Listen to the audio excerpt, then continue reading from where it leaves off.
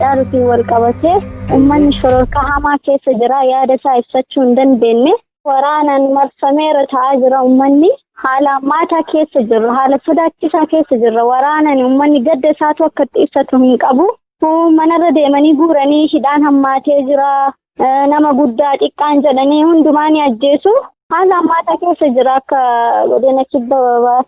Egaa osoo intarneetiin hin cufamne dura magaalota kibba bahaa Oromiyaa amma magaalota guddoo Konyaa Arsii Baalee keessattis namoota hedduutu ajjeefame. Qeerroof qarreen bilisummaa Oromoo gamasii tarkaanfilee boonsoo adda addaa fudhataa akka turan dhaga'aa turre. Guyyoottan sadan kan ammoo walumaa gala namni quba qabu iyyuu hin jiru waan gamas jiru. Mee tarkaanfii akkamitti fudhataa ture qeerroo fi qarreen uummanni Oromoo bal'aan ajjechaanoo eessatti raawwate laata amma gara Baaleeti? Ajjechaan yoo ammayyuu osoo hin taane turee jira yoo amma uummanni keenya intarneetiin irraa cufamee jira niitworkiin seeraan hin dalagu miidiyaa ugguranii jiranii akka uummanni keenya sagalee isaan baafanne gochaa jiranii du'uun hammaatee jira hidhamuun akkasuma haala hammaataa keessa jiran ibsuufiyyuu jechuun ani waan jedhee ibsuuyyuu hin qabu amma akka uummanni keenya keessa jirutti yoo dhugaa himuudhaaf ta'e jechaadha. Ammaanu kan beenu ammaanu fixaa jiran bakka waan beenu waraanni adda addaa uffata adda addaa uffatee seenaa federaal poolisiin hin jira liyyuu hayiliin jedhan hin jira koomaandoon jedhan hin jira aynata nuti wal jijjiiraa jiran manarra deemanii nama guuranii halkan walakkaan mana namaa seenanii nama guuranii waan adda addaati bakka. Ulfaa dhugaa akkuma waliin quba qabnu yeroo waa'ee maaster pilaanii magaalaa Finfinnee wal qabatee warraaqsi guutuu Oromiyaa keessatti dhoo'ee adda durummaadhaan bara 2016-17 fakkaataa kibba bahaa Oromiyaa kan amma Konyaa Arsii lixaadhaa naannoo Ajjeetti kan tarkaanfii boonsaan yeroo jalqabaa fi eeboodhaanis rasaasaanis waraana diinaa irratti fudhatamuu eegalee amma haalli kun yoo jiraate nuu kaaftaa. Dabalataan ammoo gumaa weellisaa Oromoo Hacaaluu Hundeessaa fi kan qeerroof qarree akkasumas hawaasa Oromoo bal'aa kanaan dura du'aa tureef har'a amma yeroo dubbannullee du'aa jirru kana akkamittiin baafanna maaltu baasa gumaa isaanii maal dhaamtu Oromoof? An Oromoof wanni nan dhaamu gumaa Hacaaluu kan baasu Oromoodha. Oromoon ammas jaarsummaa maalii jechuun qabu kaayilee fiidaa baarootuun safaarraa baratuun qaban jedhee yaada akka kiyyatti an. Oromoo kana jeessa ammas uummata gowwoomsaa jiran. Yookaan abaa'oo shanee jedhan yookaan TPLF jedhan maa inni kun yeroo hundayyuu uummata keenya akkanatti soban ofii galaafatan sirna nafxanyaadha Hacaaluu kaajjees ammallee taanaan Oromoon gumaa isaa baafachuu qaba kara kamiinuu jechaadha wanneen dhaamuuf ammallee uummata Oromooti tokko ta'aa gargar hin qoodaminaa gandaan hin qoodaminaa tokko ta'aatii fincilaa gara jirtanii karra ququuteen dhuftu bilisummaan gabrummaa kana falmattanii tokko taatanii dura dhaabbattanii. Akkuma gaafa wayyaanee yookaan sirnicha yaadigaa ta'u ammallee ima jira haa ta'u kaballaa wayyaanee jara abiyyiin faayyuu kabaase qeerroo bilisummaa Oromootii fi uummata Oromooti waan ta'eef tokko ta'ee ammallee akkasitti akka durii isaa sanitti warraaqsatti deebi'ee doo tokko ta'een jedha uummata Oromooti kan dhaaman gumaa keessan ofumaa baafachuu qabdanii namni dhufee isinii baasu hin jiru jedhaanan. Kun haala Oromoonni kibba bahaa Oromiyaa Konyaa Baaleedhaa keessa jiran qoratuuf gamasitti bilbilee odeessa qarree bilisummaa Oromoo godina Baaleerraa argannees hin dhageessifnedha. Ammoo kan asaanu godina Arsii lixaa Hona Dodolaa magaalaa Heraroo irraa odeessa bilbilaan arganne isiniif dhiyeessina. Arsii lixaa naannoo magaalaa Heraroo yookaan Dodolaa keessatti maaltu ta'aa jira tibba kan erga weellisaa Oromoo Hacaaluu Hundeessaa wareegame asii waan jiru uummata Oromoof ibsi Oromiyaa irraan sii bilbilaa. Wanti jiru naannoo keenyatti qeerroonni ba'ee karaa cufe namticha shiira xaxaa ture isa san galaafatanii. Eenyu jedhama namtichi kun maal hojiinsaa? Barsiisaadha inni Firqaadee Naa'uu jedhama. Hayyee.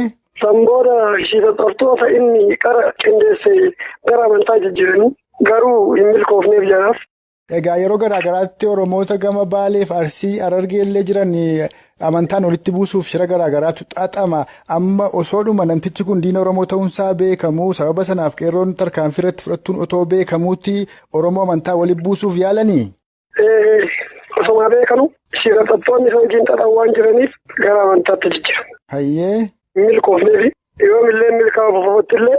Akka waliigalaattoo erga weellisaa Hacaaluu wareegame asii hidhaan gara Arsiittis Baaleettis jabaate jedhama gama Dodolaa kana maaltu jira? Gara Dodolaallee waanuma akkasitti jira garuu amantaan hin jiru naannoo Dodolaa. Oromoonni waan sagalee fi dhaggeeffatee gaddatti dhaga'anis akkas. Egaa amma weellisaan Oromoo jaallatamaan Hacaaluu Hundeessaa wareegameera. Isaa asis Oromoota hedduutu wareegamaadha jira. Gumaa weellisaa Oromoo Hacaaluuf Oromoota wareegamaa jiran kana attamitti baafnaa? Warraaqsi amma eegale kun amma yoomiitti itti fufuu qaba ejjennoo jedhu qabdu? Hanga bilisoomutti warraaqsi kun itti fufuu qaba. Oromoon garuu afaan tokko ta'ee walii galee amantaan osoo hin qoodin kutaan osoo hin qoodin garaafutti deemuu qaba. Ayyee ulfaadhu amma shirri akka amma naannoo magaalaa Yeroo keessatti Oromoo addaan qoodanii amantaa lolutti buusuudhaaf yaalan kun kutaalee Oromiyaa garaagaraa keessattis tarii mul'atuu danda'a. Isa kanarratti akka Oromoon of eeggatuuf muuxannoo qabdanirraa maal dhaamtaafi? Kutannoon eeggatuu qaba. Namni akka shirri amantaan akka addaan qoodne uummanni Oromoo dammaqinaan eeggatuu qaba. Kan duraarraa jiidhuu qaba. Akkasuma jedhamsa Oromoon gaban kana. Hordoftootaaf dhaggeeffattoota jaallatamoo. Oromoonni godina Arsii Lixaa Hona Dodolaa magaalaa Hiriiroodhaa namticha kanaan dura mana amantaa da'oo godhachuudhaan shira garaagaraa ilmaan Oromoo irratti xaxaa ture dhiisisaaf ajjeesisaa ture qeerroon Oromoodhaa godina Arsii Lixaa magaalaa Hiriiroodhaa tarkaanfii murteessaa irratti fudhatuun dhabama taasisuu sana booda qaamonni mootummaa kunuunfataa Impaayera Itiyoophiyaadhaa fi ijaarsi sirna nafxanyaa gamas jiran Oromoota amantaan walitti buusuuf tattaafatanillee Oromoonni gamas jiran dammaqiinsaan shira diinaa kana fashaleessuun ammas warraaqsa isaaniitti fufanii jiraatu. Loltoonni poolisoonni mootummaa kunuunfataa Impaayera Itiyoophiyaadhaa ammoo Oromoota hidhuu gidirsuu fi dhaanuu akkuma kutaalee Oromiyaa kabiraa keessatti gaggeessaa jiran achittis ammeessanii kan itti fufanii jiran ta'uu isaati. Kan Oromtichi godina Arsii Lixaa Hona Dodolaarraa odeeffanne isin dhageessifne kun kanatti immoo aansuudhaan haala shamarran Oromoo biyyoota Arabaa garaagaraa keessa jiran yeroo ammaatti keessa jiranii fi dhimma yeroo Oromoof Oromiyaa addatti ammoo ajjeechaa weellisaa Oromoo qaroo dhaloota qubee Hacaaluu Hundeessaa irratti raawwateef ejjennoo shamarran Oromoo biyyas jiran qaban akkasumas dhaamsaa shamarreen Oromoo biyya Saawud Arabiyaa irraa uummata Oromoof dhaamte isiniif dhiyeessina. Ammas turtiin keessan aga xumuraatti nu faana ta'uun ammoo afeerraa keenya. Dhimma Oromoodhaa sarara bilbila keenya irratti nu argamtee dhimma ajjeechaa weellisaa Oromoo jaallatamaa qaroo dhaloota qubee Hacaaluu Hundeessaa irratti raawwatee fi dhimma waliigalaa Oromoof Oromiyaa irratti yaada kee nu qooduuf nu hayyamuu kee guddoon si galatoonfadhaa. Mee jalqaba irratti ajjeechaa weellisaa Oromoo jaallatamaa qaroo dhaloota qubee Hacaaluu Hundeessaa irratti raawwateen waan sitti dhaga'amee fi Oromoon illee waan jettu jedhiitii gara qaama marii keenyaa bal'ina isaatti immoo deemna. Tola ta'uu ani Laliseen jedhama Saawud Arabiyaa irraati. Ta'u isinillee carraa kana naa kenniti karaa kanaatiin gaddan qabu seequu qabu ibsachuuf carraa argachuu godhu isinillee guddaa galatoomaan jedha. Haalli yeroo kanatti deemaa jiru hunduma keenyaaf iyyuu baay'ee ulfaataa haala giddiisaa keessa jirra. Haala weellisaan keenyaa jaallatamaan artistii Hacaaluu Hundeessaa wareegamuutti wal qabate kan Oromoo irraa gahe waa hedduudha.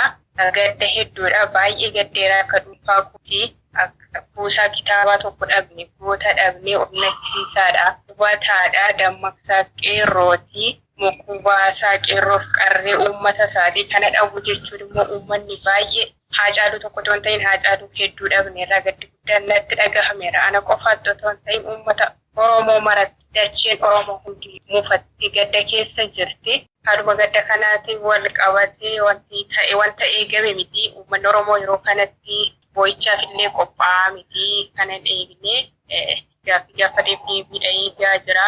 Yeroo kanatti uummanni keenya waqtiin keessa jiru waqtii gannaati. Waqtii qotatee facaasuuf qophiirra jiru waqtii isaa facaafate aramatee kunuunsatee wanneen irra jirraa galiin qabu qoteen bulaan keenya akkuma beekamu galiin argatu. Lafa isaarraa duwwaadha. Mootummaatu isaarraa galii argata malee mootummaarraa uummanni keenya galiin argatu. Gibirri ittuma lakkaa'aa jechuudha. Karaa hedduutiin gabrummaan karaa du'aa bichaa miti. Yeroo fageessine ilaallu karaa hedduudha. Nurratti gabrummaan ammallee xiyyeeffatee jira. Yeroo fuulduritti deemullee ganaa uummanni kun amma lolarra ture waqtii jalaa darbaa. Kanumaan wal qabatee gaddarra jira. Waraana labsamee jira. Ganda baadiyyaa keessatti wanti deemaa jiru waan baay'ee dubbachuuf nama saalfachiisudha. Baay'ee dhufummoo of dadhabee gara qabsoo otoo hin ta'in qabsoo sana laamsheessee gara gargaarsa mootummaatti amma deebi'uutti akkasitti ilaalcha akkasiinidha gabrummaan xiyyeeffatame ka'eeru natti fakkaatan. Kuni gadda guddaadha. Gaddi sun akkuma jirutti ta'ee gadda sana uummata danda'uudhaaf gadda mooyyuu uummanni keenya gadda sanallee ibsamee kaayyoo isaallee hin daganne gaaffii isaallee akka hin daganne gaaffii Haacaaluun du'asaa otoo qabanii mootota Oromoo hidhanii dabaluun gadda biraadha. Sun immoo uummanni keenya kaayyoo isaanii gaaffii sana dagatee waa'ee Haacaaluu ajjechaa dagatee amma sanatti deebii barbaaddatu. Kan hundumaayyuu immoo hinuma beeka uummanni. Uummanni immoo kutatee ka'eera qabsoorra jira. Sagalees ta'aafii jiru anillee carraa dhabee carraa gabrummaatiif sagalee ta'uu fi baadhus uummanni bakkee kana jiru baay'ee nama gammachiisu sagalee ta'aa jiru.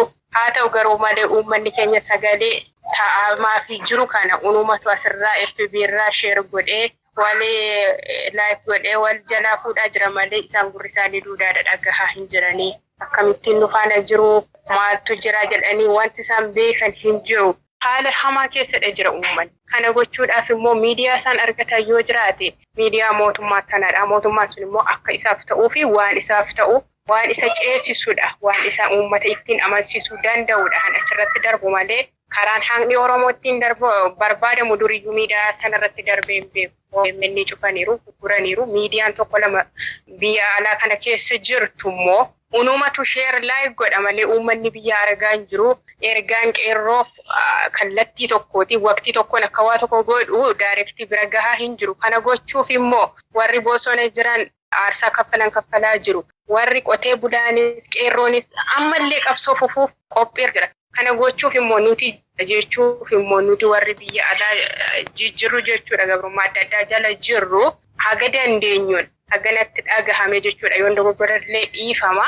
Mootummaan kun fufuus danda'a inni gaaffii waa biraan. Saatalaayitiin immoo barbaachisaadha uummataaf. Yoo mootummaan kun yoo fuufes booru saatalaayitiin sun seenaa ta'eetidha hojjechaa hafaa mootummaan illee karaa sanaatiin itti akka barbaade gochuu hin danda'u uummata informationii argataa jechuudha. Yoo nuti isaan keessa jiran arguu baannus uummanni maal gochaa jira deemsa akkamiitiin deemuu qabasa jedhamu yaada tokkoon hiriiruu miidiyaa irraatii erga isaanii dhaggeeffatu jechuudha yoo jarri biyya jiran. Nuti miira isaan keessa jiran silayyuu hin beekna nuuf gala Oromoo yeroo baay'ee dubbatee otoo hin ta'in hubatee wal beeka miira irraati. Kanaaf akka kootti hojjettuu mana namaa ta'us ani akka kootti gabrummaan kana caalu wanti nutti dhufu hin jiru. Hidhamaadha. Wanti deemamaa jiru baay'ee nama jibbisiisa dhugaa dubbachuuf yeroo biyya bilbilanii darbee dhagahamu. Kana gochuudhaaf immoo jechuudha. Teenyee hidhixuutu otoo hin ta'in teenyee wayne otoo biyya jiraadhe jennee asirraatii caffarwaa tokko bu'anuu hin qabu. Waan gochuu dandeenyu baay'eedha qabna nuti. Qeerroon illee nama karaa kanaan deeme akka ittiin deemu jedhu barbaada. Saanumaan wal qabate beektota hedduutu jira biyya alaa kanarra. Qeerroon ofiin of hoogganaa barbaada jechuu koomitiif kaayyoo isaa beeka. Hoogganaa dhabeeraan akkas godhinaan jedhu dhabeera jedhee takka hojii hin dhaabne hojii masti jira. Haa ta'u garuu waraana hidhatee jiru kana laamshistee kaasuudhaaf wal faana sochii godhuudha qaba Oromoon. Kanaaf immoo sagalee barbaada. Sagalee kanaaf immoo saatalaayitiin nu barbaachisa. Namni akka itti gaafatamummaatti dura bu'ee yaada dhiyeessuu marii tokko daayirektii akka qeerroo qaqqabutti godhu jiraachuudha qaba. Kanaaf immoo irratti hojjechuu qaban jedha namoonni dooktarii piroofeesarii ni jedhamu yoona kanaaf kan hin taane yoomiifidha. Irratti otoo mari'atanii namoonni qaamni dhimmi kun ilaalu jedhee akka dhaamsaatti dabarsa kan akka dhaamsaatti otoo hin ta'in akka amaanaatti jechuudha. Yeerittiin yeroo ta'anii wal eeganii miti. Dhimmi saatalaayitii kunis immoo akka baay'ina keenyaatti jechuudha. Wanta guddaa waan barbaadullee natti hin fakkaatu dhugaa. Fedhii guddaa fi yeroo muddamaa kan barbaadudha malee yeroo muddamaa kana keessatti daafnee kunuunsin bira jirra jenne namoota humna laafanillee namoota hedduutu jira biyya keessa. Asiisiniif jira jenneerree waan darbaa jiru waan ta'aa jiru achirraatiin isaanillee deemsa isaanii fufsiisuuf ciminaan karaa sanaatiin tokko nu taasisuu danda'a. Kanaafiyyuu haala saatalaayitii sana nuu mijeessa. Wanta saatalaayitii sana barbaachisu akka nama tokkotti gumaacha namni tokko godhu nan godhan jedha. Sun immoo har'a booroo otoo hin ta'in amma daqiiqaa amma jiru kana keessatti qabee jechuudha. Isin karaattiin haalli mijaa'ee maallaqni walitti qabamu nuuf taasisa. Adaraan jedha.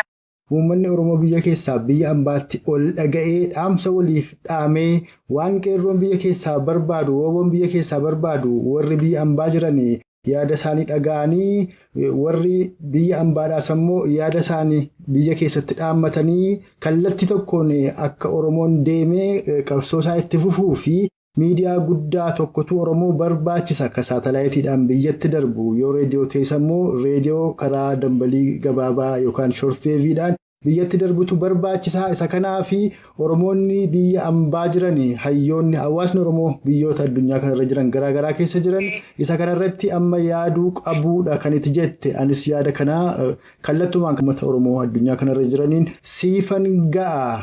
Egaa amma immoo gara qabxii sattaanuutti yoo ceenu uummanni Oromoo biyya keessaatii kallattii garaagaraan qabsoo ittuma jira aarsaas baasaadha jira. Meegumaa weellisaa Oromoo qaruu dhalootaa qubee Hacaaluu Hundeessaa fi Oromoota kanaan dura du'aa turaniif arra saama dubbataa jiru kanallee du'aa jiranii gumaa isaanii maaltu baasa yookaan attamitti ba'uu qaba? Gumaa Hacaaluu eenyu baasaa akkamiin baasaa isa jedhamu gumaa Hacaaluu kan baasu eenyuyyuu miti qarree dheeroo wabootu baasaa gumaan Hacaaluu akkatti bahu qaba haa ta'u garuu immoo sana gochuudhaaf waboo deeggaruun dirqaman jedha. Hacaaluu hedduu dhabneerra Hacaaluu tokko bichaa miti hin dhabne duras dhabneerra erga Hacaaluu dhabnes Hacaaluu hedduudha dhabnee jirra ammas immoo dhabaatuma jirra jechuudha. Mootummaan ammallee nu ajjeessaaf nu baqachiisa waa hedduudha nurratti raawwachaa jirra. Gumaa kana uummanni isaa hin baasaa fi uummata isaa xinaatti immoo abdiin Oromoof Oromiyaa kan wixinee ganamaa kan kaayyoo isaa hin jijjiirre wabootu jira. Dheeroo duuba eenyu jira yoomiyyuu waboo jira uummatatu jira. Waboo kanaan dura warri jiraachuu isaa qeeqaa turanis warri jiraachuu isaa beekanii kaayyoo isaa deeggarsa gochaa jiranis amma waan nuun gaafachiisu hundumtuutti amaneera. Eenyutu jira Oromiyaaf Oromoof eenyutu jira eenyutu quuqama qabasa jedhu yeroo kana yeroo wal nu gaafachiisu natti fakkaatu. Maaliif yeroo diinni ragaa itti ba'udha yeroo gochaatiin wanta ta'aa jiru hundumaa qaama qaamatti argaa jirrudha waan ta'eef gumaa isa kan baasu waboodha ammas taana waboo jabeessuuf immoo ammas deeggarsa keenya sana akka durallee akkuma dhaamsatti qabadheen jira argana gaafattaniif waboo jabeeffachuudha qabna. Mootummaan kun karaa nageenyaa utoo amana ta'e hayyoota keenya qabeen hidhuu qeerroo keenya hin ajjeesu ijoollee waa'ee dhimma siyaasaa hin beekne ol guddattu biqiltuu booruu hin ajjeesu karaa nagaatti amanu Oromoon duris ofiisaa qulqulluudha Oromoon dhugaa fi karaa nagaatti waan amanuuf goota hedduu dhabne kanaan duras kan akka Baarotuu saba sanan lakkaa'een fixu seenaan haala kaawwaa Hacaaluu dabalatee jechuudha. Akkasittiin baay'ee dhabaa turre ammas taanaan nuti nama dhuunfaa miti kan irratti ta'aa jirru kan gaaffii gaafachaa jirru akkuma walii galaa jechuudha. Sirna sanarraa gaaffii qabna sirna sanarraa qeeqa qabna malee nama dhuunfaarraa qeeqas hin qabnu sabaaf sablammii kan faanayyuu nagaadha qabna nuti uummanni Oromoo hammataadha akkuma beekamu. Waboon immoo adeessas taanaan quuqamaaf mirga namummaaf mirga siyaasaa aangoo achirra nakaa jedhee miti uummannis kan gaafachaa jiru waboonis kan gaafachaa jiru. Mirgi namummaa mirgi lubbuun jiraachuu gaaffiin Oromummaa haqni Oromoo haa deebi'uuf dhugaaf falmaa jira. Otoo sirni Oromoon waboon falmachaa jiru qeerroon falma wareegamaa jiru kun galma ga'e Oromoo bichaaf kan wanti hundi sirraa hojjetu sabaaf sablammii achi keessa jiru hundatu nageenya argata. Impaayirri amma jiru akka kanatti Itoophiyaa fufsiisuu hin danda'u. Ammas kan gumaa Hacaaluu baasu waboodha. Waboo bira haa dhaabbannu. Wabooni baala nyaatee rooba keessa jiisee akkasittiin gidiramee argee kan inni uummata isaaf qabsaa jiru ammas taanaan jechuudha. Uummata isaaf jedheeti malee miindeffamee miti. Hagabuu buleen akkasittiin wanneen ammas taanaan harrukutamee mana yaalaa ciisee yaala dhabaa jiru jira. Waboonis immoo waboo hedduun jechuudha. Qawwee duwwaa sabaatanii rasaasan qabnellee hedduu jira. Kanaaf immoo yoomiif jirra jenna nuti asmateen hiriira erga waggaa meeqa hiriirri numa baha. Hiriira bahuun hamaadha jechuun kun miti gaariidha. Garuu hiriira bahuun qofti galma nuun gahu. Waan nuti booru argachuudha dandeenye hojjenne horiitiin biraa dhaabbannu. Kanarratti akka nuuf hojjettan hin jedha. Adaraan waboo bira haa dhaabbannu. Jirra haa jennuun uummata keenya himimmaan cobsachaa jiru. Reeffa lakkuu warra orla owwaalchachaa jiru. Himimmaan isaanii haa qoorsinu. Jirra haa jennuuf sagalee bichaatiin iyyuu miti. Ijibbaata lolachuu ijibbaata falmachuu qabnan jedha. Kana booddee manni Oromoo jaarsummaatiin sobamee tura tasgabbaa jedhanii akkasitti turamee obsa fixateera qeerroonis. Abbooliin keenya haadholiin keenya itti dhumanii obsa fixatee jira manam. Tasgabbaa haalli mijaa'aa akkas jechuutiin abadan haga gaaffiin Oromoo deebitutti Oromoon waan manatti galu miti. Kana booda kan du'an irratti kan dhakaa baatanidhanii waa hedduu nurra ta'eera karaa hedduu gabummaa nurratti gaggeessaa jiru.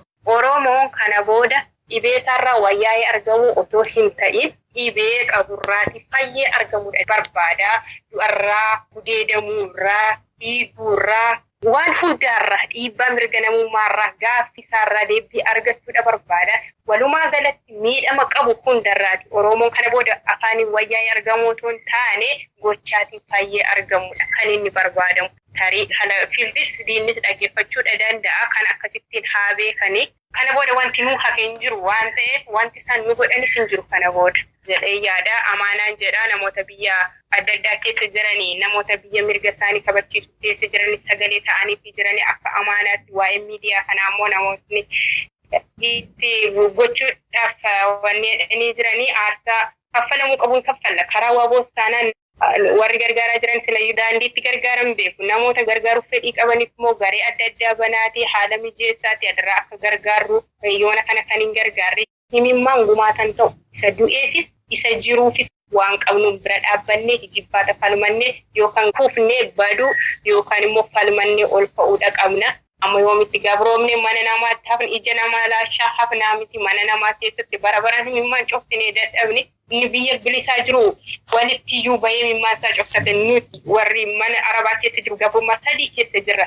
Kanaaf gabrummaan kana caalu hin jiru adiraa amaanaatiin haa ta'u waa'ee satalaayitii kanaaf waa'ee gargaarsa waaboo akka amaanaatti ta'a amaanaatti dhagahamerraa yoon dogoggore immoo na of golchaan jedha namni beekan qabu ammoo beeku dubbata.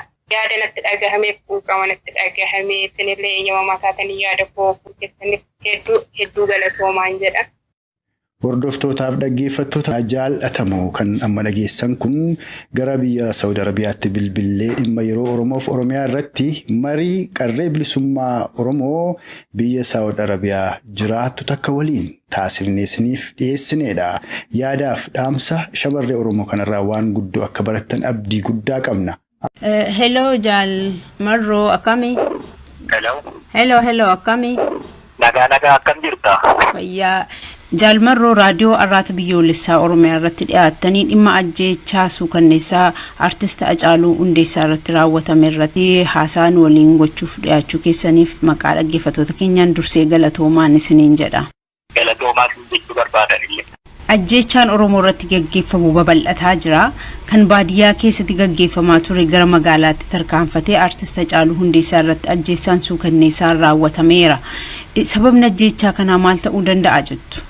Fayyaa ta'e jaalladhe egaa sababa ajjeechaa kanaa osoo ibsiin dura akkuma Oromoo tokkootti akkasumas immoo artist Hacaaluu Hundeessaa akka nama jaalatuu fi sirba warraaqsaa akka nama dhaggeeffate tokkootti jalqaba gaddaa na dhagahame ibsatuu fedhanillee nama gaddisiisaa nama aarsaa hunda caalaa ammoo nama qaanessa sabni guddaan hamma naga'u kuni nama isaa tikfachuu sirna nama isaa tiksuu fi danda'u dhabuusaatu qaanii kana nama qaanessa kan hin jedhee gaafattee fi ajjeechaan baadiyyaa keessa turuu magaalas turuu ajjeechaanii keessumaa ammoo erga Oromoon sirna bittaa bana dheeraa ofirraa kaafneerraa jedhee gara bilisummaa dhandhamuutti adeemuuf osoo jiruu suni ta'uu fi erga dideetii asitti ajjeechaan adeemaa jiru baay'ee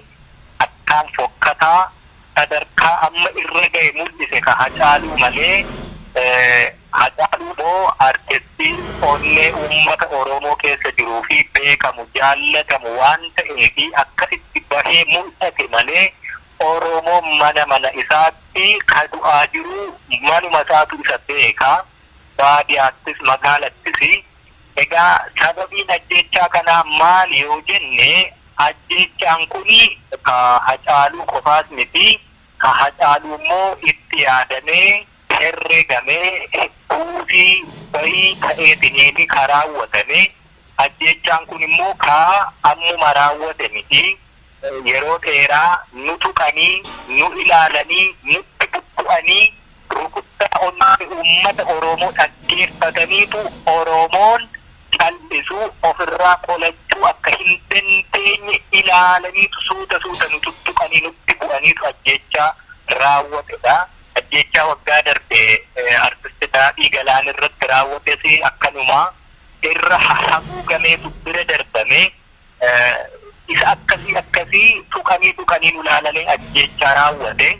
Haacaaluu Hundeessaa dhugaa dubbatee bakka dhugaan isa barbaadetti iddoo itti dhiite buledha. Yeroo darbe gaaffiif deebii guyyoo waayoo waliin taasisee Haacaaluun dhaggeeffatteen ture ani gaaffiif deebii sanarratti waa'ee sirna nafxanyaa waa'ee hatamuu farda siidaa dabalee waa'ee siidaa Minilik sana sirnaan dubbatee ture. Kanada warri Minilikiin warri akka gootaatti faarfatan namni kuni deebii isaa yeroo gabaabaatti argata ka jedhu sooshaal miidiyaa adda addaa irratti fakkartuu guddaatu barreeffamaa ture. Oromoon ni qaane ani jedhu nu qaanessan ni jedhu iyyuu kana osoo arginu ittifachuu dadhabuu keenyatti nu qaanessa kan na jechisiise. Jarri kuni waan jechuu barbaadani Oromoon fayyaan isaatu kaa hin tuune lafarra adeemaa jiru. Abbaan fe'ee taanee ajjeesee itti roorrisee namni birmatuuf hin jiru. Sabni sirna tolfate wal qindeesse wal ijaare garuu siidaa reeffa isaattuu dubbachuu qeequu akka hin dandeenyedha nu agarsiise. Ajjeechaan kun siidaa yeroo darbee sana Haacaaluun qeeqee wal qabachuu mala ka jedhu ni yaada. Wal qabachuu malaa qofa ammoo miti. Namni kuni waa'ee warraaqsa qabsoo bilisummaa Oromoo keessatti artiitiin Oromoo akkaataa inni itti dammaqsee fi gara qabsootti galchee eenyumaafuu ifa. Sunis walitti kuufameetu inni eengaddaa immoo sababa yeroo dhiyoo ta'ee akkaataa kanaan ajjeechaan kun raawwatame ka'edhu yaadani. Akkuma amma yeroo lola addunyaa tokkoffaa sababoonni hedduun gara lola addunyaa tokkoffaatti nama oofan jiraatan iyyuu sababni garuu ajjeechaa namticha Oschoo Hangaarii yeroo sanaa immediate cause yookaan immoo sababa xiqqee yeroo gabaabduu ta'ee akkasitti raawwate sana inni kuni akkaataa kanaan raawwate kana jechuun barbaada. Haala akkasii waan raawwate natti fakkaata. Sababiin egaa kana jechuuf tokko biyya sabaaf sablammiin hundi irratti walii galee biyya waloo taate hin qabnu.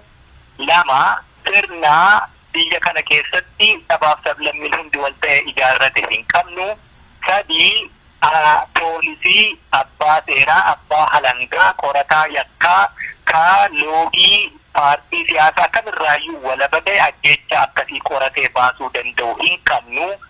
Wanti hundumtiyyuu siyaasa paartii barcuma aangoo siyaasaa tolfachuuf taa'e qofaatti maxxanee hojjeta waan ta'eef ajjeechaan Haacaaluu Hundeessaas akkuma daadhii galaan yeroo qorannee xumurretti uummataaf ibsina jedhameetu bira darbama. Maaliif miidiyaa hedduu irratti yoo caqasta ta'e ajjeechaa haa ta'u yakkoota garaagaraa hawaasa siviilii irratti raawwatu mootummaan qoratee uummataaf ibsa jedhamee akkasittiin bira darbama. Namni duuba deebi'ee wanti sun maalirra ga'e jedhee ibsa mootummaa sanarraa gaafatu hin jiru. Kun aadaa dheeraa ta'eefis ka Haacaaluu jedhanii darbuu maluu laata ka jedhuni yaadaa qaban. Mee kanumaan wal qabatee yeroo ammaa kana uummanni aariin ka'ee fincilaa jira. Bittoonni Impaayeraa Itoophiyaa immoo nama hidhaa jiru namoota bebbeekamoo ta'an fa'a. Amma namoota kana hidhuun gaaffii Oromoo fincilli Oromoo yeroo gara namoota keenya hiikannuu hiikaa jedhutti jijjiiramu namoota amma hidhaa jiran kana hiikanii kunoos ni hiikneerra jedhu achiis namoonni kun gadi ba'anii hiikamneerra jedhu fincila kana dhiisaa qabbaneessaa gara jedhutti deebisuu fi akka kanatti fincila kana dhaamsuudha akeekni namoota kana hidhuu yaada jedhutu jira. Egaa Oromoon yeroo dhiisaa jedhamu kana dhaga'ee dhiisee fincila isaa addaan kutuu qaba moo fincila isaa kana itti fufuu qaba? Akkam ta'uu qaba jettu? Jaalanni yeroo darbe yoo yaadatta ta'ee aktiivistii Jawaar Mohaammed yaaliin ajjeechaa irratti taasifamee ture. Yaalii ajjeechaa sanaa Oromoon irraa qolachuuf birmannaa inni godhetu ture. birmannaa kanaa birmannaa qixa sirrii jal'isuutiin gara lola amantii fi gara sabaaf sablammoonni akka walitti bu'aniitti fakkeessuuf jal'ifame. Erga jal'ifame immoo Jawaarii fi jaarrolee biroollee mataa isaanii dabalatee wanni silaa barbaannu gaheera akka jedhamutu ture suni du'a keenya nutti dheeresse. Haala amma jirru kanaa fi karaa saaqee isuman sila sittime nutti bubu'anii nu ilaalanii nu tuttuqanii roorroo ofirraa qolachuu dadhabuu keenya nu arganii yaadni keenya faca'aa jiraachuu nu arganiitu ajjeechaa akkasiif immoo hojii manaatu nutti laatame jechuu. Ajjeechaan akkasii kun silaa irran deebi'amu ture. Oromoon gaafuma fincilaa ba'u silaa fincila nam tokkee hidhamuu nam tokkee ajjeefamuu nam tokkee sana qofaa fi sana oolchuu dadhabuurraa immoo ammas ajjeefamuu qeerroo fi qeerrittii hedduu nu gaafata. Yeroo sana ta'es kanuma ture. Duuba deebi'uun sun borummoo eenyu laata akka jedhu gaaffii sitti kaasa. Namni biyya keessa jiru bahee galuu hin danda'u. Isa baadiyyaatti ajjeefamu qabsoorra jiru miti. Lafa naannoo qabsoon jirtu miti. Innumtiyyuu mootummaa kana jalatti gibira gabbaree lafti nagaa jedhee jiru iyyuu ajjeecha akkasiirraa baraaramaa hin jiru. Kanaafuu amma kaalkuleeshinii yookaan herregni deemaa jiru yoo warra bebbeekamu kana hidhanii gaaffiin ajjeechaanii artistii jaalatamaa kanaa akka kallattii biraa qabatu taasisuun gaaffiin keenya ammoo gaaffii warra hidhamee hiiksisuu ta'ee isaan immoo hiikanii gadhiisuutiin isa kana dhaamsuu achi immoo uummanni kanatti quufee dhiisuu yoo ta'e ajjeechaanii Hacaaluuf dhiigni isaa gatii dhabuudha taati. Borummoo ajjeechaa biraaf immoo namni biraa wareegama biraa kaffaluufis nu qopheessuu taati. Kanaaf ani kan hin jechuu barbaadu yeroo hundumaayyuu namni mootummaa mataa ofii hin qabnee fi sirna mataa ofii hin qabne keessumattuu ammoo akka biyyi Itoophiyaa sabaaf sablammoonni hundi alaabaa tokko jalatti seera tokko tolfatee biyya tokko irratti walii hin galle keessatti Oromoo sirna isaaf ta'u tolfachuu dadhabuutu kanaaf nu saaxila waan ta'eef hanga sirna tolfatutti duuba deebi'uutu irra hin jiraatu. Nu qaanesse warri kaleessa qabsoo kana ajjeesaa ture ammoo ulee seeraa ammoo duunee kenninee fi warra gabrummaa ture akka sabaatti gabrummaa jala turanii akka paartiitti gabrummaa jala turanii paartii isaanii bilisa baase qeerroo fi qarreen Oromoo paartiin sun deebi'ee garuu uummata kana ajjeesuu ofiisaa irra darbee immoo ajjeechaa hamtuuf isa saaxiluu sanatu qaanii akkasii nutti fide waan ta'eef wanni yeroon kennamuu fi wanni carraan kennamuu fi hin jirtu. Yeroo hedduu Oromootti duula. Oromoo ajjeesaa waan akkasiifaa walii obsaafaatu jira. Namni miilli tokko boolla awwaala isaa keessa dhaabbatee miilli tokko ammoo baddaa boollaa irra dhaabbatee yeroo itti kufuuf jirullee hin beekne nama kaaniif carraa kennuuni inni kun gowwummaa sarraa dhumaati. Uummanni kuni dammaquu qaba. Gowwummaa akkasii keessaa abjuu akkasii keessaa wareeree ka'uudha qaba. Fixachuutu irra jiraata. Isa kanan jechuu barbaadu. Kanaaf kallattiin amma gaaffiin Oromoo qabu jal'achuu hin qabu. Namni nu tiksu hin jiru. Seerri nu tiksu hin jiru. Mootummaan nu tiksu hin jiru. Isa kana ofiitti tolfachuu qabna. Hanga sana tolfannutti immoo duuti nurraa dhaabbatu waan ta'eef kana tolfachuutiin goolabamuutu irra jiraata malee nama tokko hiiksisuu fi nama tokko hiisisuurraa isa kanaanii wanti itti kuufamee deebi'amu hin jiraatu. Dhugaan ni turaa ni bulaa garuu inuma bakka gaha. Ammoo yeroo turuuf yeroo bulutti waan bakka hin geenye nama fakkaate nama nuffisiisuun ni mala. Hin nuffinu irra deddeebineetu dalagna. Qabsoon akkanaan galma gaha. Kan biraan namni Siyyum Tashoomee jedhamu ajjeechaa kana kan raawwate qaama hokkara dhalchuu barbaadudha. Ajjeechaa nama tokko hokkara amma kana kaasuu hin danda'u waan jedhu fuula Facebook isaa irratti katabee jira. Dhuguma ajjeechaa kana ajjeechaa nama tokko jechuu dandeenya. Ajjeechaa Hacaaluu irratti gaggeeffame warraaqsa jabaa kaasuuf sababa ta'uu hin danda'u. Egaa beektaa yeroo si dhaanani akkam boonye immoo moo'icha si dhorkatanii inni jedhan jabaatu humna qabaa nama godha jedhama. Ajjechaanii Hacaaluu hoggaraan gana ka'uu kaasuu danda'a jechuun madaa keerratti madaa biraa akka naquu wal fakkaatti. Hacaaluu Hundeessaan nama tokko miti. Siidaa mallattoo qabsoo bilisummaa Oromoo adeemu ture. Namni kuni jaalala inni onnee uummata Oromoo keessumaa ammoo dargaggoo dammaqaa gara qabsootti hiriiree wareegama yeroo dheeraa kafalee fi mallattoo isa jalqabaati. Duuti nama kanaa egaa hokkara hammanaa kaasuu danda'a isa jedhee gaafatee deebbiinsaa waan amma deemaa jirutu deebbii ka'aafi.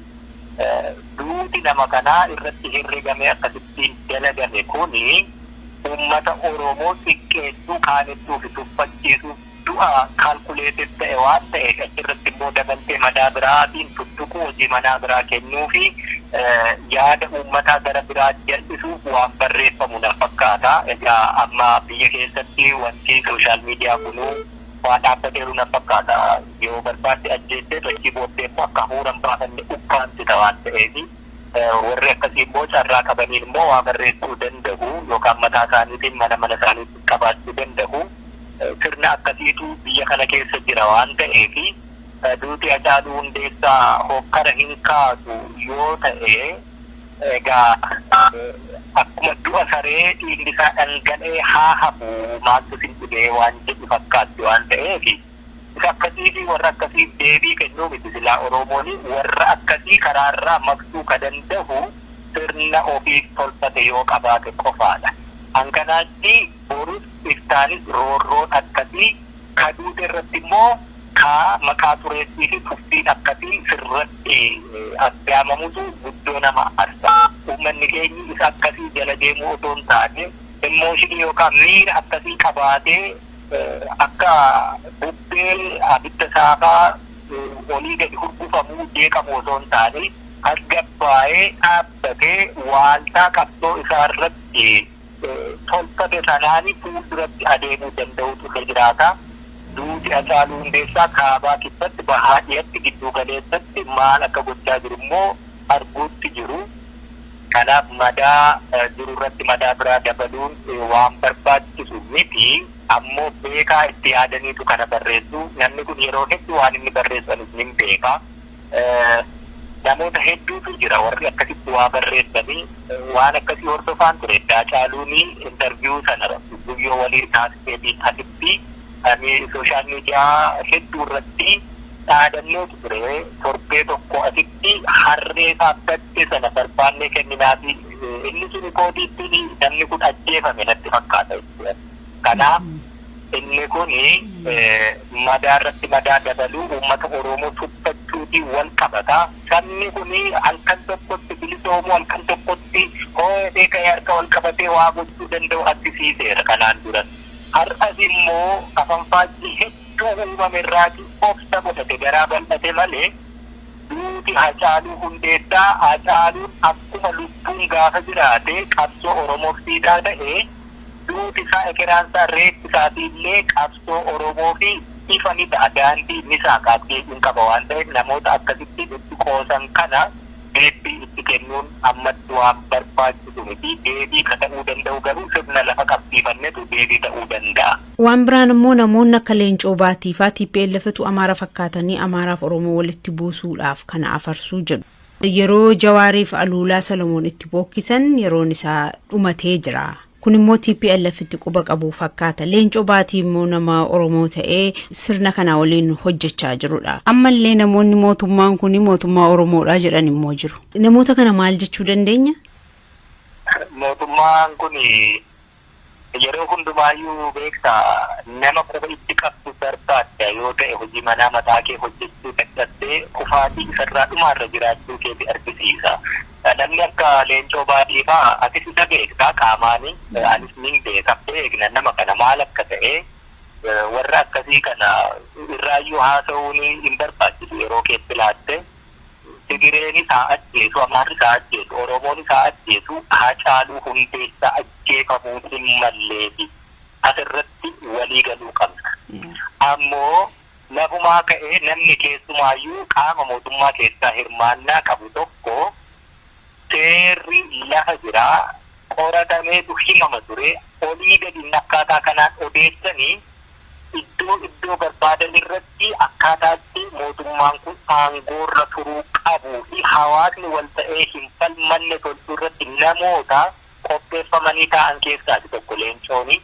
Kanaaf barreeffama akkasii kennee ta'uu danda'a. Tigireen Amaaraaf Oromoo walitti buusuuf kana taasiste. Egaa hammuma dandeettii Leencootti kun himame. Yoo ta'eera ta'e ammoo mootummaan Leencooni afartuu fi faarsu ajjeechaa akkasii quba qaba taanaan ka Leencoon gabba'ee dubbate sana maaf oolchuu hin dandeenye gaaffii Leencoo gaafannu ta'a deebisuu danda'a yoo ta'e. Ajjeechaan ilmaan Oromoo baadiyyaa keessatti raawwataa tureef raawwataa jiru akkasumas ajjeechaa Hacaaluun wal qabatee Oromoon aarii fi xiiqiin bakka hundaa wal sossoosee warraaqsatti seenee jira. Siidaan Raas Mokonnon Harargee keessatti jigsamee jira. Galmi warraaqsa kanaa maal ta'uu qaba jettu? Galmi warraaqsa kanaa hundee qabsoo ishee ganamaa bilisummaa saba Oromoo guduunfaa itti godhee xumura argachuu qaban jedha. Waan xiqqootiin deebi'uu hin qabu. Haacaaluu Hundeessaa artistii jaalatamaa uummanni Oromoo mararsatu waan isatti fakkaate osoo irraa duuban jedhiin dubbate waa'ee siidaa Minilik hayyee inni maqaa siidaa sanaafis haa ta'u maqaa qabsoo hedduu gaggeessaa ture irratti diina hedduu horatee har'a wareegama kana kafaluu haa ga'u. Oromooni siidaa Minilikis maqaa Hacaaluun irratti wareegame sana buqqisuutu irra jiraata. Isa buqqisuun dura garuu isarraa dhumaa ajjeechaan siichi artistoota keenyaa fi ijoollee keenya Oromoo hedduu Finfinnee keessatti kallattii adda addaanii waa'ee dhimma Oromoo irratti dubbatanii qaawwa hedduun itti baname roorroof saaxilamanii jiranii kibbachuu ka danda'u sirna isa baasu tokko dhaabbatee goolabuutu irra jiraata. Namni hammana ga'u kuni uummanni bal'aan galaanni hammana ga'u kuni ijoollee isaa nama tokko lama sadii lakkoofsa qubaan fuunee lakkoofnu kana itti fakkuu dadhabuun qaanii guddaa. Oromiyaa keessa taa'ee handhuura biyya isaa keessa taa'ee dachee abbaa isaa irra taa'ee lafuma mataa isaa irratti halagaa ta'ee iyyuu jiraachuu miti jiraachuu dadhabee akkasitti roorrifamee jijjeefamuun qaanii sarraa dhumaa gabrummaan Oromoo keessa jirtu gabrummaa addunyaa irratti hiriyyaa hin qabne qaanii akkasii kana keessaatii bahuutu irra jiraata waan ta'eef galmi warraaqsa Oromoo inni kaleessa eegale har'a sitti jiru boruu kan inni goolabamuu qabu sirna isa barbaachisu ilmaan isa keessaa bahan isaaf jiraatani warra akkasii sirna akkasii mootummaa mataasaa akkasii dhaabbachuun goolabamuutu irra jiraata. Kanaaf ammoo tolli hin jiru wareegama nu gaafata. Addunyaa kanarratti gadoof qananiin addunyaan warri har'a nagaa qabanii argatan kun tola dhufee hin beeku kumaatamatu itti kitimameetu aggahame. Tola namni namaa kennu hin jiru. Hundumtiyyuu tattaaffii wareegama waa hunda dhandhamatanii hadhaa gabrummaan qabdu dhandhamatanii ba'aa gabrummaa ofirraa buusuu nama gaafata. Wareegama dhiyeessuun nurra hin jiraatu. Wareegama qabnu sanatti immoo firii gochuutu immoo nurra jiraata. Wareegama goggogaa kaffaluu hin qabnu. Wareegama goggogaa jechuun koo waanuma jiru hundumaa irratti namni imooshinaal nu taasise irratti gadi baanee harcaanee garuu osoo gadi ittiin godhin deebi'uun qaanii kan amma jedhu kana waan ta'eef gatii itti gochuu qabna. Gatiin isaa immoo bilisummaa saba Oromoo ta'uutu irra jiraata. Fireen Oromoon qabus kanuma. Keessaaf alaan wal hafuursuun, wal hadheessuun, wal hamachuun, quba walitti qabuun, qaawa walitti banuun, ba'aa walirratti ilaaluun, rakkoo walii furuu dadhabuun Oromoo sadarkaa har'a jirruuf amma jirru kanarraa nu ga'e waan ta'eef inni beekaanis wallaalaanis ka qabus ka hin qabnes carraa qabu hundumaan hunda dandeettii beekumsa lubbuu itti gabbaruutu nurra jiraatu. Isa kanaaf waraanni bilisummaa Oromoo daandii irra jiru lubbuu itti gabbaruuf itti jira waan ta'eef uummanni Oromoo deemsa jireenyaa garaagaraa keessa jiru immoo waan qabu hundaa itti darbachuutu irra jiraata. Kanaan goola argata qabsoon Oromoo waan ta'eef sharafamuu hin qabdu. Duuba deebiin hin jiru, harka kennachuun hin jiru, gaddaan laphee dhabuun hin jiru. Namni boo'u yeroo hundumaa aarii cabsata. Namni imimmaaniin boo'e ammoo haaloon baafatu.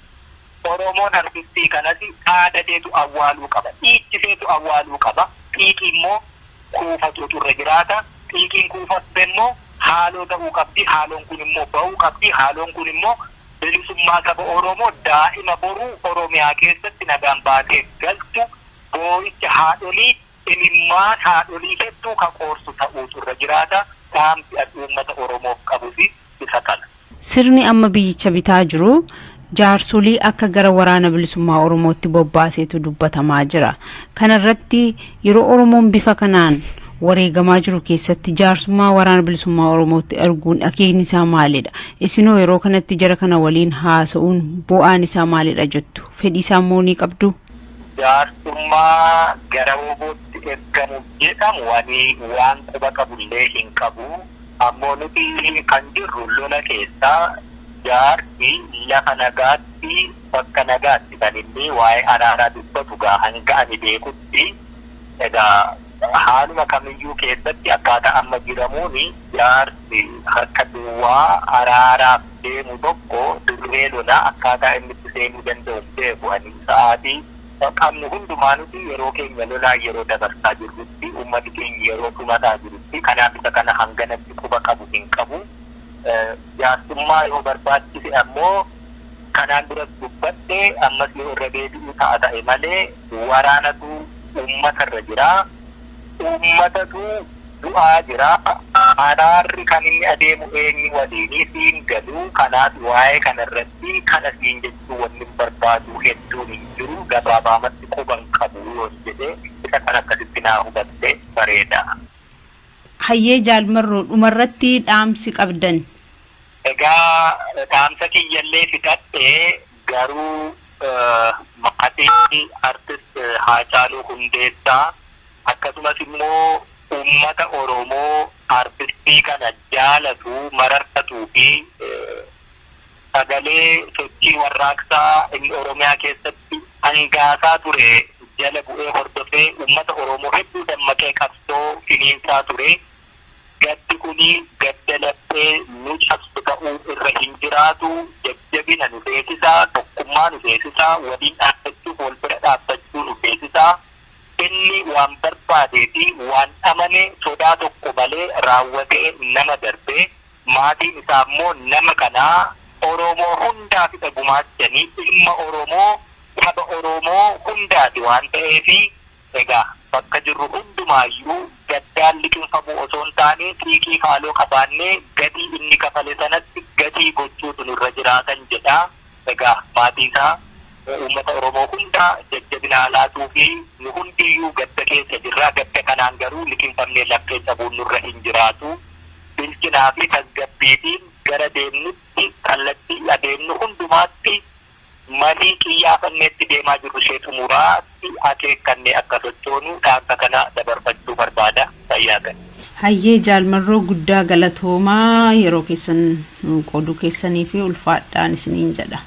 Hayyee isinis fayyaa ta'a galatoomaa isiniin jechuu barbaadanis. Tole ulfaadhaa. Isin dhaggeeffattoonni keenyas turtii qaataa ilaa ammaatti nu faana qabaattaniif horaa bulaa isiniin jecha akka waliigalaatti haala amtuu yeroo ammaatti Oromoof Oromiyaan keessa jirutti furmaata maa'ii godhuudhaa fi tokkummaa Oromummaa fi kaayyoo qabsoo bilisummaa Oromoo kaganamaa kagootonni fi ayyoonni Oromoo qaqqaaliin bu'uuressanii aarsaa lubbuuf qaamaa itti baasanii darban arras itti baasaa jiran kan walabummaa Oromiyaa mirkaneeffatu bilisummaa Oromoo dhugoonfachuun mootummaa birmaduu Oromoof Oromiyaa dhaabbannee biyya keenya Oromiyaa keessa nagaan jiraannutti fuuleffannee falmaa keenya tokkummaan afiniinsinu jechaa aga sagantaa keenya yeroo ittaanu walitti deebinutti